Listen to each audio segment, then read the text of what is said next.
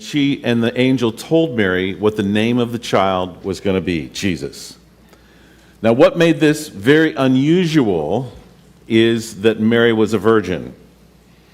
And she wasn't married and had never been with a man, by the historical account that we have. And God did a miracle. And that's why we celebrate Christmas today. So here's the question. Do you really think that happened? I mean, do you really think that happened? You do? Well, a lot of people don't. There's a whole lot of people that don't think that kind of thing actually happened. In fact, I can give you a couple historical references, and it'll be kind of shocking maybe. A couple centuries ago, Thomas Jefferson said this. This is a direct quote in a letter to John Adams.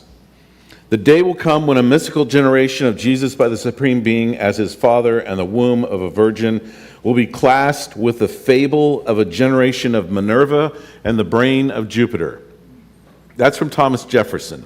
In fact, Thomas Jefferson wrote his version of the Bible. It was called The Gospels According to the New Testament. And Thomas Jefferson, when he wrote the new version of the Gospels, he basically took out every miracle there was and everything that Jesus said because he said he didn't believe them. And it was a pretty short version of Jesus' life. He was born, he died, and he didn't put in the resurrection in his version of the scriptures. He felt that they were fables detached from the reality. And my guess is there's a whole lot of people that we know that feel the same kind of way about this, what we talk about today. And there's a famous theologian who has now passed, and he was from Germany, and his name was Gerd Ludemann. And Gerd said this: Jesus' wretched tomb was full. In other words, the resurrection was a myth. And his manger was empty. In other words, the Bethlehem story with angels and shepherds and wise men is a myth. He said that way may be said to be the overall conclusion of my work. That's the overall conclusion of my work. And Larry King, he was asked one time on his show, he said, what is one person in history that you would want to interview? What's one person in all of history you would want to interview? And I've seen the clip. Larry King sat back a little bit, and this didn't take very long to answer.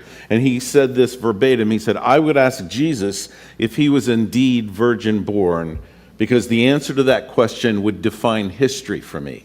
It would define history. So what does it matter? What does it matter if the Christian faith presents as a historical claim that Jesus was born of a virgin? What does it matter to you and I? Some people think it was easy for people in pre-scientific times to believe in a virgin birth. But now, well, you know, we're all way more sophisticated now. And we have way more information now. We get it, right? We get the whole thing. And we understand how, you know, things like that can happen. And we kind of explain it away. And but there's this old story. It's kind of interesting. This old story of a little 6-year-old girl.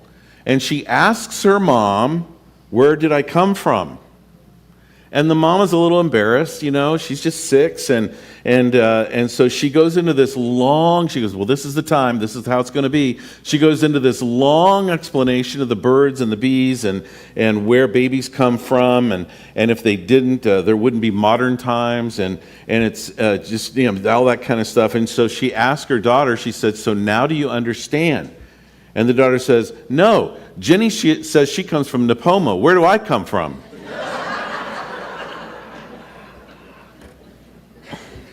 People in ancient times knew where babies came from because that's why there's people in ancient times, right? They got it.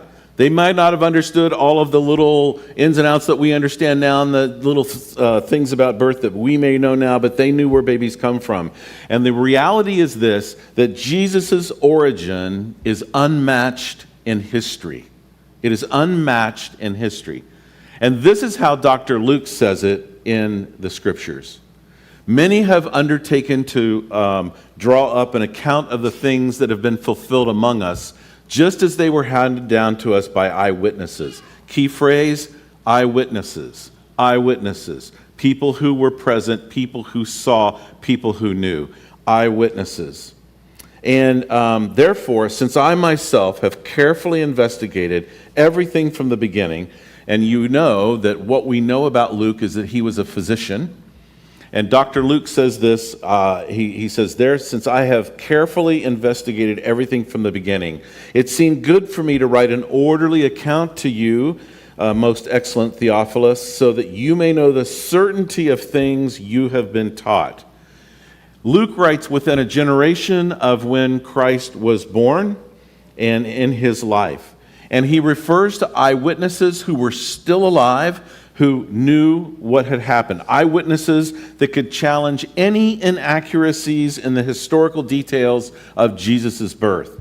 I mean, it's the geographical setting of Judea. We know where Judea is. It's still there. We know it's there. It's the chronological setting. In fact, we actually have the time it happened. It says this, in the days of Caesar Augustus, Quirinius was the governor of Syria. We have historical accounts of when Quirinius was the governor of Assyria, and we actually know when Caesar Augustus was emperor of Rome.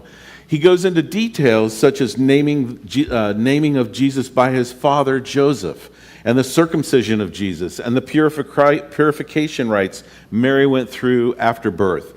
We know that people actually spoke into the situation and were concerned about what was happening, that Mary was giving birth or was pregnant without having been in a relationship with Joseph. And as Jesus grew up,